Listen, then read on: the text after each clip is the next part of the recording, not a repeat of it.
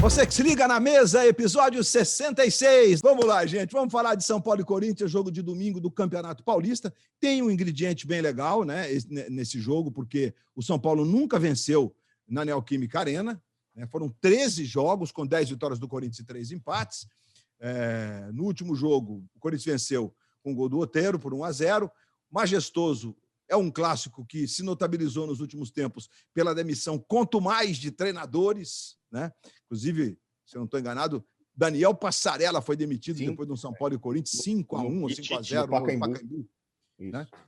Enfim, técnicos de top de linha. Bom, São Paulo jogou contra o Rentistas, foi um jogo São Paulo soube sofrer num dado momento.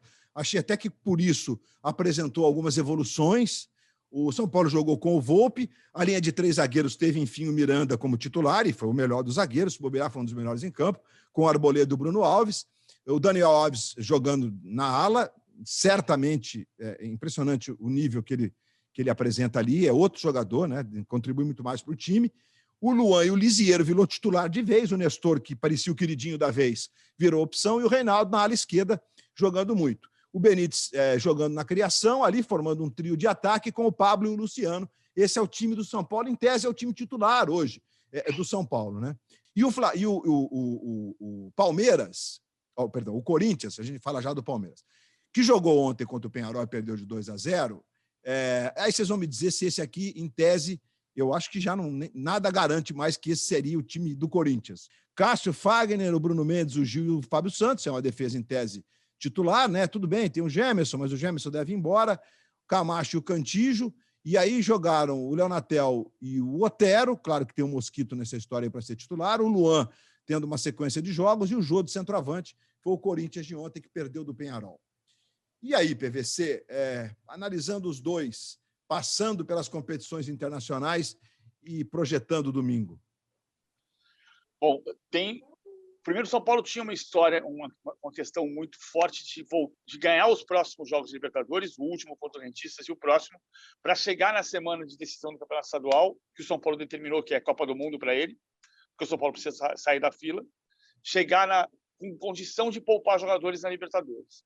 Porque a partir do dia 9, quando termina a fase de grupos do Campeonato Paulista, quem tiver nas finais, o Corinthians vai estar e o São Paulo vai estar, e chegar até a decisão vai ter 6 jogos em 12 dias. Agora, é claro que a prioridade do São Paulo chegar em condição de disputar o título, o São Paulo tem um incômodo grande com nunca ter vencido Itaquera. E o Corinthians, que ganha uma, empata uma, perde uma, ganha uma, empata uma e perde uma, já são 2 sequências desse tipo. O Corinthians, com o Wagner Mancini em Itaquera, jogou 18 vezes e ganhou 8. É um número assustador. O Corinthians não vence mais do que os jogos que vence com o Mancini na sua casa. Né? Perdeu esse ano para o Bragantino e perdeu o Peñarol. Então, ainda que se dissesse isso em dezembro e não deu, o São Paulo nunca esteve tão perto de ganhar em Itaquera quanto em 13 de dezembro do ano passado. E o Corinthians ganhou de 1-0. Mas dessa vez, ele está mais perto. Porque o São Paulo tem um time mais forte e o Corinthians pode, de novo, colocar o time do Clássico contra o Santos, que é o time B. Está acontecendo muito isso. O Campeonato Paulista está sendo disputado pelos times reservas em grande medida. Nessa toada que a gente está vivendo, nesse momento, claro que o calendário está afetado ainda por conta da pandemia, né, reflexos de tudo que aconteceu no passado, a volúpia de fazer todos os jogos, né, podia ter encurtado tudo e a gente ter começado o ano antes, a gente não estaria com esse acúmulo de jogos por conta da Sul-Americana e da Libertadores, mas está muito claro que os times estão priorizando as competições internacionais, mesmo a Sul-Americana, que agora é disputada nessa fase por grupos. Então, você tem a garantia de 6 jogos. Né? Você tem uma outra situação, uma outra realidade.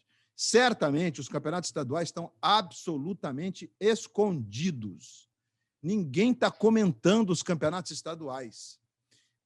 Ou as federações caem na real e tentam encontrar, ouvindo profissionais da área, ouvindo gente que entende do riscado, um outro caminho, ou me parece que eles mesmos estão levando os estaduais para um buraco sem saída. O que você pensa disso, Everaldo? Então, Luiz, o calendário não comporta mais um estadual com tantos jogos para os times grandes, que são os times que têm calendário o ano todo, que tem Série A, que tem Série B, que tem Libertadores e tal. A gente cresceu, né, apaixonado por futebol, curtindo muitos estaduais que ocupavam metade do ano. Né? Sim, Você claro. tinha aí, sei lá, estadual no primeiro semestre, brasileiro no segundo semestre, você fazia um brasileiro com uma fase em turno único de 20 jogos, depois partia para o mata-mata. A gente chegou a ter épocas que nós tínhamos o estadual em pontos corridos, turno e retorno, e um brasileiro com grupinhos e tal. Era quase um torneio. Esse torneio aí que vai ter no segundo semestre. Era isso, é verdade. Até porque a logística para o brasileiro de um país no tamanho do Brasil, imagina isso nos anos 70, nos anos 80, se atravessar o país e tal. Então, assim, até pela maneira como a comunicação encurtou as distâncias, né? Antes disso, o estadual era o que valia, porque era o que estava ali ao alcance da rádio, ao alcance da televisão. Você não tinha como acessar informação, muitas informações de outros lugares. O estadual tinha outro peso. Hoje a realidade é outra. Mas as federações, eu acho que não abrem mão, porque não encontraram um modelo que permita a sobrevivência das federações com a menor participação dos grandes. Eu não sei se é o caso dos grandes pararem de disputar os estaduais, mas não com a quantidade de jogos que disputam hoje, porque a conta não fecha, o ano continua tendo 52 semanas, existem as obrigatoriedades de férias, existem as outras competições, as competições de seleções que sempre impactam no calendário, então assim, não tem data para fazer o tanto de jogo que se faz hoje, só que as federações não abrem mão de contar com os grandes em muitas datas, e aí nós temos um problema. Obrigado, Luiz. Obrigado por essas semanas aqui. Rizek está voltando. O urso acordou. Ele mandou uma mensagem hoje de manhã. Estava hibernando nas últimas 2 semanas, mas agora 3 semanas, mas agora ele acordou. Evê, te amo também. A maior licença paternidade da história está acabando. Só porque era gêmeo, ele pegou em dobro. Bom fim de semana. Segunda, tamo de volta.